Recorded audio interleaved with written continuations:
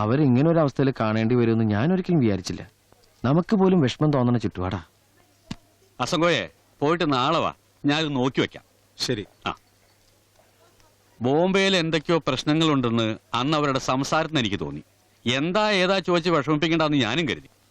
ആൾക്കാരാകട്ടെ തകിടം മറിക്കാൻ മുകളിലിരിക്കുന്ന ആൾക്കൊരു സെക്കൻഡ് മതിയില്ല. നിന്റെ ഇന്നത്തെ ഏർപ്പാടൊക്കെ തീർന്നാ? തീർന്നു. എന്തൊരു പോക്കാത്, ഇവിടെ ചിലരൊക്കെ ഇരിപ്പുണ്ട്. കുറച്ചു ദിവസമായിട്ട് തുടങ്ങിയത് ഓൾഡ് മാന് വട്ട്.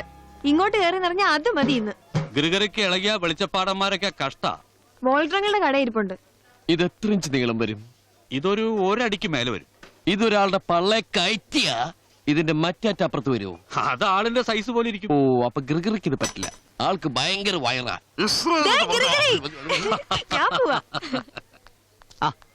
ഞാൻ കുട്ടി അന്വേഷിച്ച ഹോട്ടലിൽ പോയിരുന്നു. ഡ്യൂട്ടി കഴിഞ്ഞ് പോന്നു പറഞ്ഞു.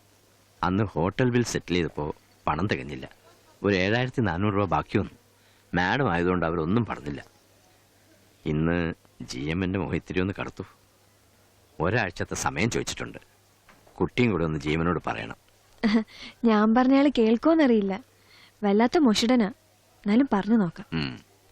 മാഡത്തിന്റെ ബാങ്ക് അക്കൗണ്ട് എല്ലാം ഫ്രീസ് ചെയ്തിരിക്കാൻ. കടം വാങ്ങിച്ച് ശീലമില്ല അവർക്ക്. എന്താ അവരുടെ പ്രശ്നം ഇത്ര പെട്ടെന്നിങ്ങനെ? പെട്ടെന്നുണ്ടായതല്ല, മാഡത്തിന്റെ ഹസ്ബൻഡ് മരിച്ച അന്ന് തുടങ്ങിയതാ. അങ്ങയുടെ ആദ്യ ഭാര്യയിലെ മക്കളുടെ ഉപദ്രവം. അവർക്കുള്ളതൊക്കെ ആവശ്യത്തിന് എഴുതി വെച്ചിട്ടാ സാറ് മരിച്ചത്. അതും പോരാഞ്ഞ് മാഡത്തിന്റെ സ്വന്തം സേവിങ്സും ചതിയിൽ അവർ കയ്യിലാക്കി. സത്യം പറഞ്ഞ ജീവൻ പേടിച്ചോടി പോന്നതാ. ഒക്കെ വൈകാതെ ശരിയാവുമെന്ന് കരുതിയ ഇത്രയും കാലം ഹോട്ടലിൽ താമസിച്ചത്. പക്ഷേ പ്രതീക്ഷിച്ചിടത്തുനിന്നൊന്നും സഹായം കിട്ടിയില്ല. കേസ് നടക്കുന്നുണ്ട്. ഒക്കെ കലങ്ങി തെളിയെന്ന് കരുതാ. മാഡത്തിന്റെ കൂടെ ഞാൻ ഒത്തിരി കാലമായിട്ടുള്ളതാ. നിങ്ങൾ വിചാരിക്കുന്ന പോലെ അച്ഛന്റെ മരണത്തിൽ അവർക്ക് യാതൊരു പങ്കുമില്ല.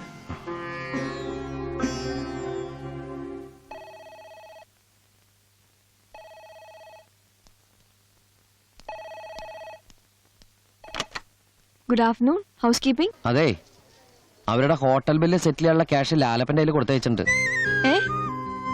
ആണോ? റെസീറ്റ് നിന്റെ തരാൻ പറഞ്ഞിട്ടുണ്ട് ലാലപ്പനോട്. അത് അവർക്ക് കൊടുത്തേക്ക്. പെട്ടെന്ന് എവിടുന്നാ ഇത്ര ഒപ്പിച്ചത്? വർഗീസിന്റെ ബ്ലേഡോ അതോ ഗോപാല മുതലാളിയുടെ കത്തിയോ? പലിശ കയറി ഇത് എവിടെ ചെന്ന് അവസാനിക്ക? അതൊക്കെ എങ്ങനെ കിടക്കും, സാരല്ല. തൽക്കാലം അവരുടെ കാര്യം ശരിയായല്ലോ, അല്ലെങ്കിൽ നാണക്കേടല്ല അവർക്ക്. ഇയാളെ എനിക്ക് തീരെ മനസ്സിലാവണില്ല. ഇത്ര നേരം സംസാരിച്ചിട്ട് എന്നെ മനസ്സിലായില്ലേ? ഞാൻ സച്ചിയാ, നിന്റെ മുമ്പിൽ എച്ചി. ഫോൺ വെച്ചിട്ട് പോയി പണി നോക്കണേ. എനിക്ക് എന്നെ തന്നെ മനസ്സിലാവാണ്ടിരിക്കുമ്പോ അവളുടെ ഇതിന്റെ 1.25 രൂപ നമ്മുടെ ജെനിഫർ തരൂട്ടോ. ആ ജോതക്കുട്ടി അവൾക്കാ വിളിച്ചതേ. കിട്ടിയാ വാങ്ങിച്ചോ? ശരിക്കും പറഞ്ഞ സിനിമയിലോ സീരിയലിലോ ഒക്കെ ആണെങ്കിൽ ഒരു സ്റ്റൈലൻ പ്രേമം തുടങ്ങാനുള്ള കറക്റ്റ് സിറ്റുവേഷൻ ഇപ്പൊ. കണ്ടുമുട്ടിയുടനെ നായകനും നായികയും തമ്മിൽ മുട്ടനൊടക്ക്. അടിച്ചു പൊളിച്ച് നടന്നിരുന്ന നായികയ്ക്ക് സാമ്പത്തികമായി അല്പ ക്ഷീണം പറ്റുന്നു. ഉടനെ കാശിന് വകയില്ലാത്ത നായകൻ തന്റെ കഷ്ടപ്പാടുകളൊക്കെ മറന്ന് അവളുടെ കടങ്ങൾ വീട്ടുന്നു. ഹീറോയിന് ഹീറോയോട് അറിയാതൊരു ആരാധന തോന്നുന്നു. പിന്നെ ഡ്യുവറ്റ്, ഗ്രൂപ്പ് ഡാൻസ്. ഒടുവിൽ നായകനെ പണ്ട് മുതലേ സ്നേഹിച്ചിരുന്ന മറ്റൊരു നായിക രംഗപ്രവേശം ചെയ്യുന്നു. അതോടെ 2 നായികമാർക്കിടയിൽ കിടന്ന് നായകൻ വീർപ്പുമുട്ടുന്നു. പിന്നെ ട്രയാങ്കിൾ ലവ് സ്റ്റോറി. പണ്ടു മുതലുള്ള നായിക ചില പ്രത്യേക സാഹചര്യങ്ങളാൽ രംഗപ്രവേശം ചെയ്യുന്നില്ലെങ്കിലോ? എങ്കിൽ 2 നായികമാരെയും കിട്ടാതെ നായകൻ കിട്ടിത്തൂങ്ങി ചാവട്ടെ. ചില സമയത്ത് താനൊരു ബുദ്ധൂസ. നോക്കി, ഈ റൊമാൻസും തേങ്ങാപ്പിണ്ണാക്കും ഒന്നും ഇപ്പൊ എന്റെ തലയിൽ കേറില്ല. സകല ലക്ഷറിയോടെയും ജീവിച്ചിരുന്ന ഒരു അമ്മയും മോളും ഇപ്പൊ കാലുകുത്താനുള്ള മണ്ണ് വരെ നഷ്ടപ്പെട്ട് ലൈഫിനെ നോക്കി പകച്ചു നിൽക്കുക. ആ ഒരു റിയാലിറ്റിയെ പറ്റി ഓർത്തിട്ടുണ്ടോ താൻ? ഇപ്പൊ എനിക്ക് വേണ്ടത് ഒരു ജോലിയാ. പിടിച്ചു നിൽക്കാൻ ഞങ്ങൾക്ക് വേറെ ഒരു മാർഗവും. ജെന്നി വിചാരിച്ചാ എനിക്കൊരു ജോലി ശരിയാക്കി തരാൻ പറ്റൂ? എവിടെയെങ്കിലും എന്ത് ജോലിയായാലും. സി ജെന്നിഫർ, നിങ്ങൾ പറഞ്ഞതൊക്കെ എനിക്കും അറിയാവുന്ന കാര്യങ്ങളാണല്ലോ. പോരാത്തതിന് ഇവർ കുറച്ചാണ് നമ്മുടെ ഗസ്റ്റ് കൂടി ആയിരുന്നു. പക്ഷേ പെട്ടെന്നൊരു പ്ലേസ്മെന്റിന്റെ കാര്യത്തിൽ I am really helpless. Sir she's educated. നല്ല ഫാമിലി ബാക്ക്ഗ്രൗണ്ടും ഉണ്ട്. അക്കൗണ്ട് സെക്ഷനിലോ ഫ്രണ്ട് ഓഫീസിലോ എവിടെയെങ്കിലും തൽക്കാലത്തേക്ക് ഒരു പോസ്റ്റിംഗ് സർ വിചാരിച്ചാൽ നടക്കും. Please. Yes I know, but now she wants to be engaged. അതാ പ്രശ്നം. പിന്നെ ഇപ്പോഴത്തെ അവസ്ഥയിൽ ഒരു ഏണിംഗ് ഉണ്ടാവാന്ന് പറഞ്ഞാൽ വലിയ ഹെൽപ്പാവും. Sir please. See I am sorry, front ഓഫീസിലും അക്കൗണ്ട്സിലും ഒന്നും നോ വേ. പിന്നെ ബുദ്ധിമുട്ടാവില്ലെങ്കിൽ ജെന്നിയുടെ സെക്ഷനിൽ ഐ മീൻ ഹൗസ് കീപ്പിംഗിൽ വേണമെങ്കിൽ നോക്കാം. ആ ഞാൻ സൂപ്പർവൈസർ വിളിച്ച് പറയാം. ഓ ഒരൗദാര്യം. GM എന്ന് വെച്ച ഇന്ത്യൻ പ്രസിഡന്റ് ആണെന്ന ഭാവം. ഹൗസ് കീപ്പിംഗിൽ ജോലി വലിയ ഉദ്യോഗമല്ലേ? റൂം വൃത്തിയാക്കുക, കാർപ്പറ്റ് ക്ലീൻ ചെയ്യുക, ബെഡ്ഷീറ്റ് വിരിക്കുക. ഈ ജോലിക്ക് ഇയാളുടെ ശുപാർശ വേണോ? സൂപ്പർവൈസറോട് എനിക്ക് നേരിട്ട് ചോദിച്ചാ പോരെ? ഏയ് എന്താ ഇത്? ഹൗസ് കീപ്പിംഗ് ജോലിക്ക് എന്താ കുഴപ്പം? ഹേയ് അതൊന്നും ശരിയാവില്ല. നിങ്ങളുടെ അന്തസ്സിന് പറ്റിയ പണിയൊന്നും അല്ലത്. അത് വേണ്ട. എന്താ വേണ്ടാത്തെ? നീ ചെയ്യണ ജോലിയില്ലേ? നീ ചെയ്യണ ജോലി ഞാൻ ചെയ്താൽ എന്താ?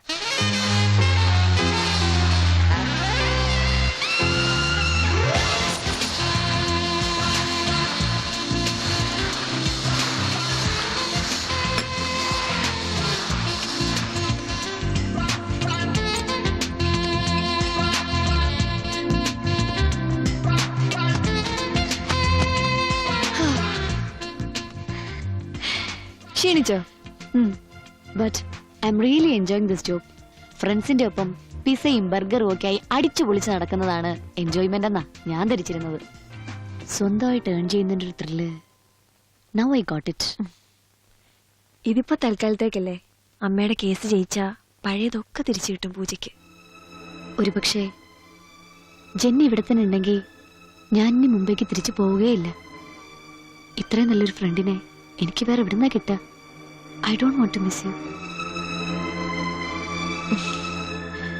മിസ് ചെയ്യാൻ പോണവരുടെ കൂട്ടത്തിൽ ഏറ്റവും പ്രധാനപ്പെട്ട ഒരാളൂടി ഉണ്ടായി എനിക്കിപ്പോ.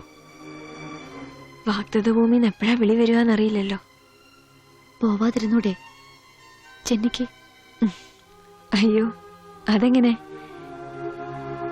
ഇസ്രായേലിലെ മണ്ണിൽ കിടന്ന് മരിച്ചില്ലെങ്കിൽ ഗ്രാൻഡ് പൈക്ക് ഹെവൻ നഷ്ടപ്പെടും.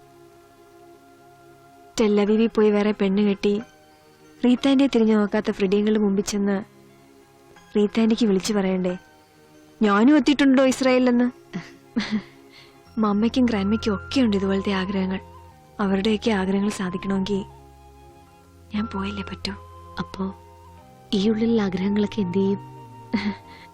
എന്താഗ്രഹങ്ങള്? എനിക്കങ്ങനത്തെ ആഗ്രഹങ്ങളൊന്നുമില്ല. എന്നോട് നുണ പറയണ്ട. ഞാനെന്ന് പറഞ്ഞ തമാശ ഒരിക്കൽ കൂടി പറയട്ടെ. കുറച്ച് മുൻചുണ്ടി ഉണ്ടെന്നേ ഉള്ള ആൾക്ക് പ്രേമിക്കാൻ വേണ്ട ബാക്കി യോഗ്യതകളൊക്കെ ഉണ്ടെന്ന് എനിക്ക് തോന്നുന്നത്. നമുക്കൊന്ന് സ്റ്റാർട്ട് ചെയ്താലോ? അതിന് റെഡി 1 2 3 എന്ന് പറഞ്ഞ പ്രേമം വരുമോ? അതും ഇതുപോലെ അൺറൊമാൻറ്റിക് ആയിട്ടുള്ള ഒരു മൂരാച്ചിയോട്. എന്നാലും ശ്രമിച്ചാ നടക്കും. ഈ ഉള്ളിലുള്ള ആളെ എനിക്ക് തന്ന ഇയാൾ എന്ത് ചെയ്യും? അടുത്ത ജന്മത്തിൽ എനിക്ക് തിരിച്ചു തന്നാ മതി. പക്ഷെ എന്ന് കരുതി ഈ ജന്മത്തിൽ മൂപ്പരെ ഒറ്റക്കിട്ടിട്ട് പോകാൻ പറ്റൂ? ഏൽപ്പിച്ചു കൊടുക്കാൻ പറ്റിയ ഒരാളെ യഹോവ കൊണ്ട് തന്നതാ എനിക്ക്. ഈ ഉള്ളിന്ന് ഞാനതെടുത്ത് അങ്ങോട്ട് തരട്ടെ. വാങ്ങുവോ? ഏയ് എന്താ ചെന്നിയത്?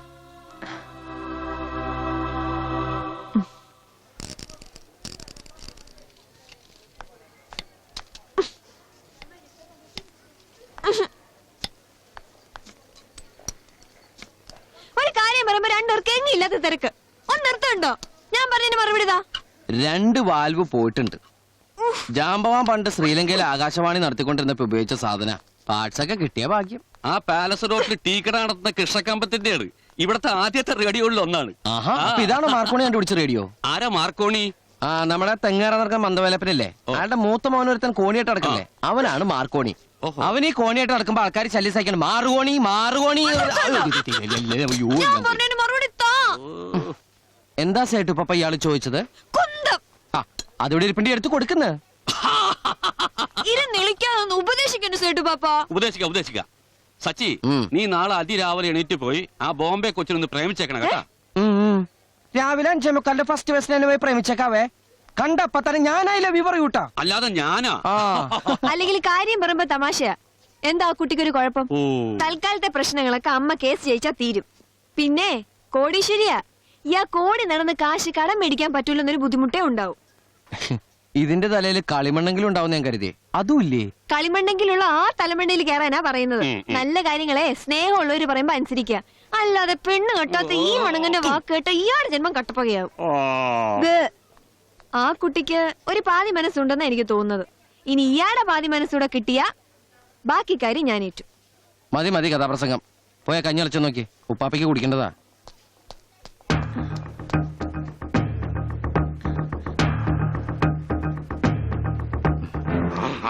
I told you 1,000 times. ഈ തെമ്മാടികളുടെ കൂട്ടത്തിൽ വരരുത്, കാണരുത് എന്നൊക്കെ. Come.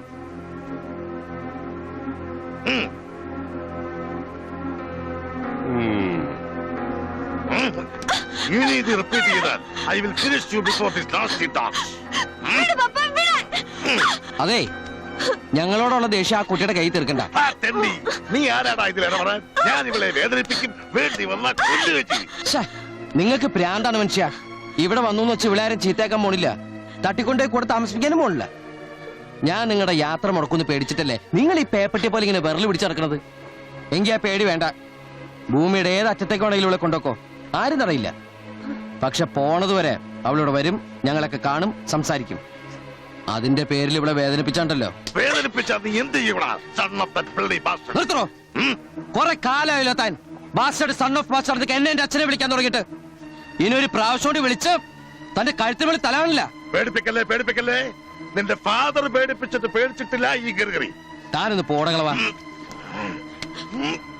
കണ്ടോ ഇത്? കേറ്റിങ്ങ പള്ളക്ക് ഗിർഗറി ആരാണെന്ന് അറിയില്ല നിനക്കൊന്നും. ഗിരിഗറി കത്തുകൊണ്ട് കളിക്കരുത്, അടുത്ത് വയ്ക്ക്. ആ പോടോ, താനാ ഇതിന്റെയൊക്കെ പിന്നിൽ. കൊല്ലും ഞാൻ എല്ലാത്തിനെയും. തന്റെ ഒരു കോപ്പിലെ കത്തി വിളിച്ചോണ്ട് പോയി ആളെ. ഹേയ്, എന്നെ ശരിക്കും അറിയില്ല അവന്.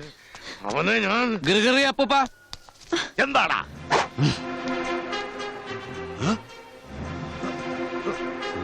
Don't do. മോനെ, കത്തികൊണ്ട് കളിക്കരുത്. കയ്യിൽ നിന്ന് പോയാ എല്ലാം തീർന്നു. Hold it. No, എറിയരുത്. ദേഹത്ത് കൊണ്ട് ചോര വരും. No. ആ. എന്നാ കൊണ്ട് മീൻ വെട്ടിക്ക. ഓ.